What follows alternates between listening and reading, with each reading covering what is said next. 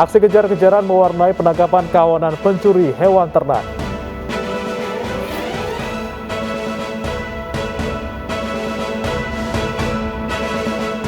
Belasan rumah hangus terbakar di kawasan permukiman padat penduduk Johar Baru, Jakarta Pusat.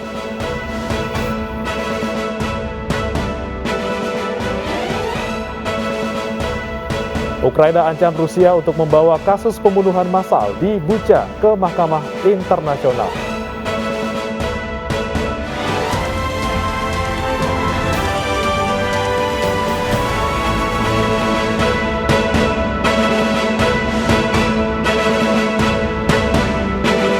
Halo, selamat pagi pemirsa, kami hadir kembali dalam iNews Pagi melengkapi informasi Anda pagi hari ini. Selain 3 berita utama tadi, kami juga telah menyiapkan sejumlah informasi menarik lainnya.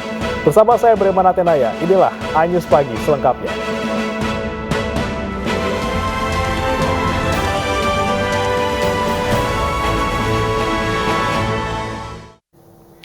Informasi pertama pemirsa, di saat umat Islam yang lain sedang bersiap ibadah sholat tarawih, sekelompok remaja di Kota Padang justru tawuran. Tawuran yang meresahkan warga di bulan suci Ramadan ini pecah di kawasan Pauh dan juga Kecamatan Lubuk Begalung.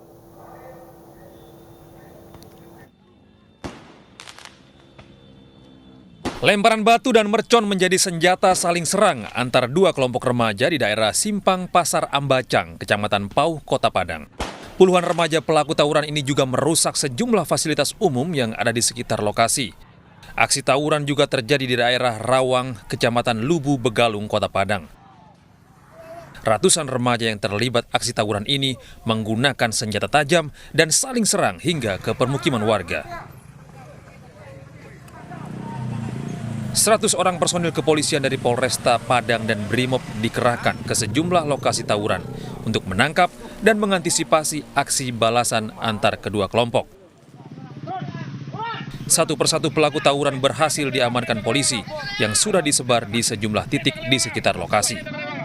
Pada saat bulan Ramadan, intensitas kegiatan masyarakat di malam hari semakin meningkat, terutama kegiatan masyarakat yang berkumpul-kumpul maupun ada juga kegiatan-kegiatan balap-balap liar maupun tawuran yang sering meresahkan masyarakat. Untuk itu kita melaksanakan kegiatan kita kondisi mengantisipasi hal-hal tersebut. Dari hasil razia, 20 orang pelaku tawuran diamankan petugas di Mapolresta Padang. Dari Padang, Sumatera Barat, Budi Sunandar, iNews melaporkan. Ratusan mahasiswa di Makassar, Sulawesi Selatan menggelar aksi unjuk rasa menolak masa jabatan Presiden Jokowi 3 periode. Aksi demo diwarnai cekcok dengan pengguna jalan karena menimbulkan kemacetan.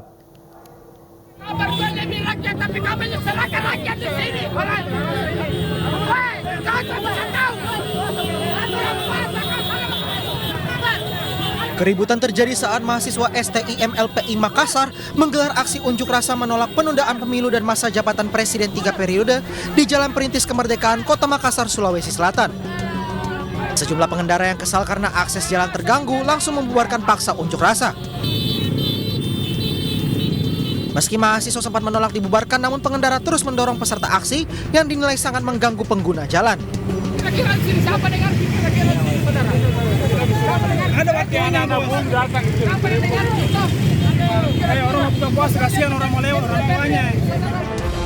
Di tempat berbeda, ratusan mahasiswa Universitas Hasanuddin Makassar juga berunjuk rasa.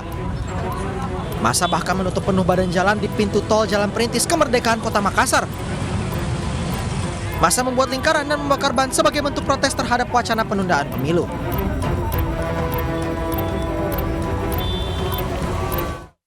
Kawanan pencuri hewan ternak di Pangandaran, Jawa Barat dibekuk petugas. Dalam aksi kejar-kejaran antara pelaku dan polisi, seorang pelaku ditembak.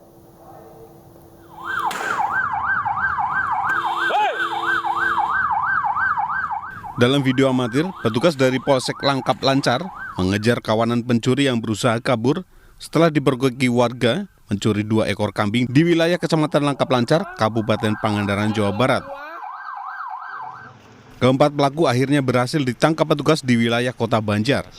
Sebelumnya keempat pelaku berusaha kabur dari kejaran polisi dengan menggunakan minibus berwarna putih. Namun keempat terduga pelaku bisa dilumpuhkan pihak kepolisian. Salah seorang di antaranya terkena timah panas polisi. Membawa mobil Saat ini pihak Polres Pangandaran masih terus melakukan pengembangan karena pelaku diduga lebih dari 4 orang. Salah satu waktu kita pengejaran itu kita lakukan upaya paksa dengan tindakan tegas terukur. Satu dari pelaku sampai sekarang langsung kita evakuasi masuk ke rumah sakit, Nah, kita masih melakukan pengembangan. Adapun barang bukti, petugas mengamankan 2 ekor kambing hasil curian serta sebuah minibus yang digunakan oleh para pelaku dalam melakukan kejahatannya. Dari Pangandaran, Jawa Barat, Irfan Ramdiansah, iNews melaporkan. Komplotan begal sadis yang beraksi di kawasan Sentul, Kabupaten Bogor ditangkap Satreskrim Polres Bogor. Keempat pelaku mengaku sengaja merencanakan perampokan di jalanan.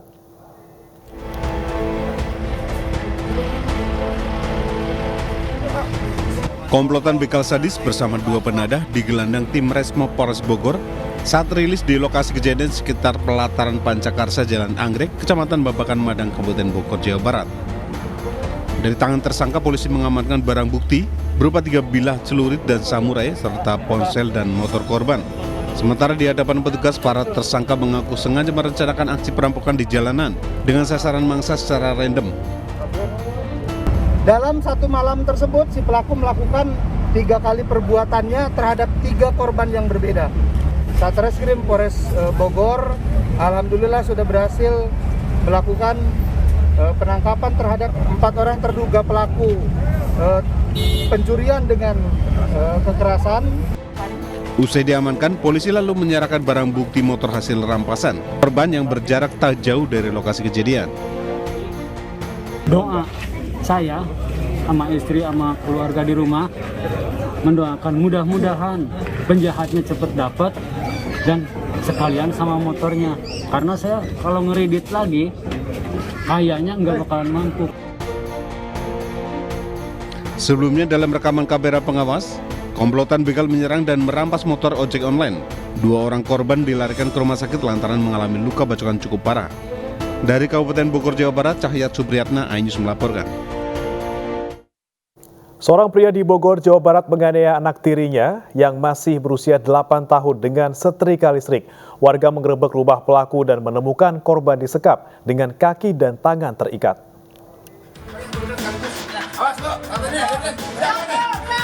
Warga Bojonggede, Bogor, Jawa Barat menggerebek sebuah rumah kontrakan yang menjadi lokasi penganiayaan anak di bawah umur.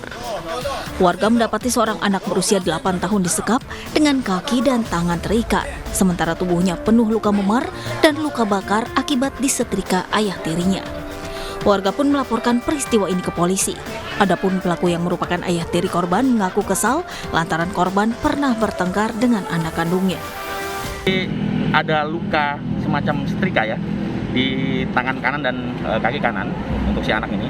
Namun kita masih menunggu hasil visum juga apakah ada luka lain terkait dengan penganiayaan dilakukan oleh sang ayah tirinya. Sebelumnya tetangga korban mengaku curiga karena kerap mendengar suara rintihan dari rumah korban. Korban juga sering datang ke rumah tetangga untuk meminta makan. Saat penganiayaan terjadi, ibu korban sedang bekerja sebagai pengemudi ojek online. Dari Bogor, Jawa Barat, Iyung Rizky, iNews melaporkan.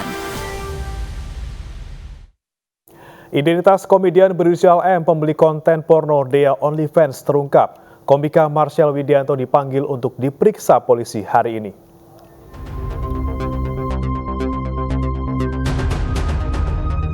Identitas seseorang berinisial M yang disebut membeli konten porno Dea OnlyFans terkuak.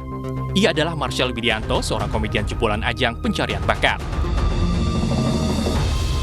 Marcel sempat mengunggah story terkait kasus yang menjeratnya pada Rabu sore dalam Instagramnya. Ini berarti keberkahan dari pemberitaan hari ini. Dalam unggahan terakhirnya di feed Instagram, ia juga menyampaikan permintaan maaf dan siap diperiksa. Nama Marcel muncul dari hasil analisis polisi dari barang bukti akun Google Dea. Marcel mendapatkan konten porno Dea bukan melalui situs OnlyFans, melainkan dari akun Google Drive Dea yang berisi 76 foto dan video. Baik Marcel maupun Dea saling mengenal satu sama lain. Penyidik Subdit Siber Ditreskrimsus Polda Metro Jaya akan memeriksa Marcel sebagai saksi.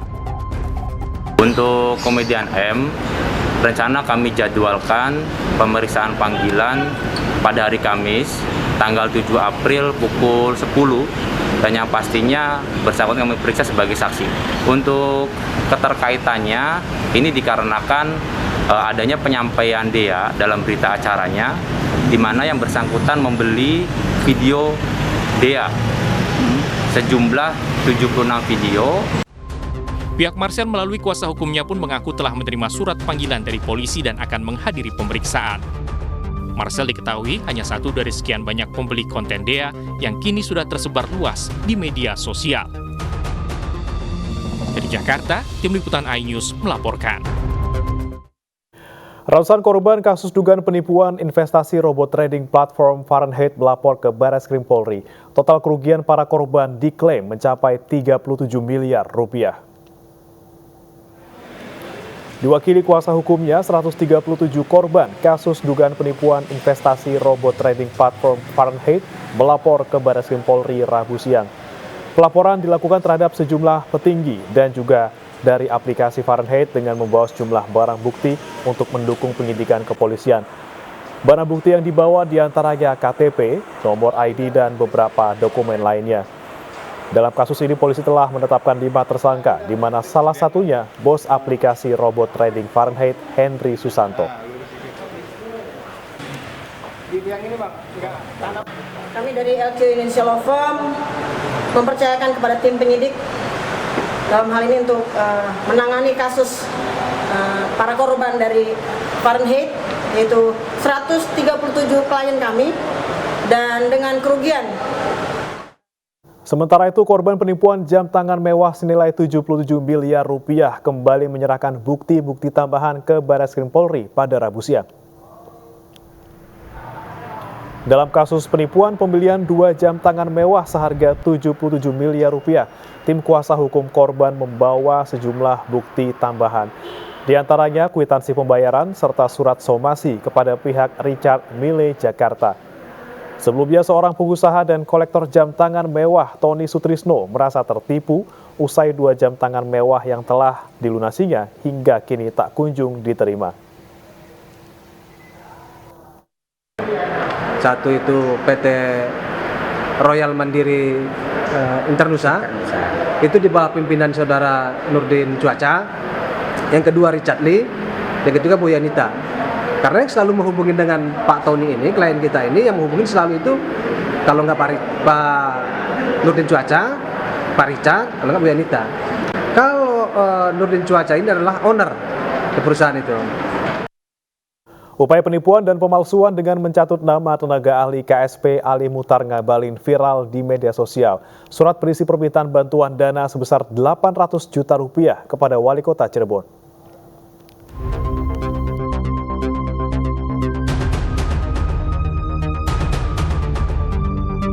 Surat inilah yang tengah viral di media sosial. Diduga surat ini palsu dan mencatut nama tenaga ahli KSP Ali Muhtar Ngabalin serta memuat kop kantor staf presiden. Dalam surat termuat permintaan bantuan uang sebesar 800 juta rupiah pada Wali Kota Cirebon untuk acara amal. Namun surat ini dipastikan palsu dan bertujuan untuk menipu. Apakah benar ini surat dari Pak Ngabalin? Ini diantaranya yang perlu saya klarifikasi, bahwa itu tidak benar tanda tangannya Pak Ngabalin, bahwa itu tidak benar menggunakan kop KSP, semuanya dipalsukan. Senada, Wali Kota Cirebon juga merasa janggal dan tidak percaya surat berasal dari KSP. Saya kira kepala daerah ini nggak bodoh-bodoh teing gitu kan, harus kemudian mempercayai hal-hal yang demikian. Nah kira-kira seperti itulah. Jadi intinya suratnya masuk apa segala macam, tapi apa ya tadi saya kira kepala daerah ataupun siapapun ya bukan orang yang kemudian bisa dibodohin. Terkait kasus ini, pihak KSP telah melaporkan ke polisi dengan aduan upaya penipuan dan pemalsuan. Tim Liputan iNews melaporkan. Terdakwa kasus penistaan agama M. Kosman alias MKC divonis 10 tahun penjara oleh Majelis Hakim Pengadilan Negeri Ciamis, Jawa Barat. Sementara itu sejumlah massa pendukung melakukan aksi di depan Pengadilan Negeri Ciamis.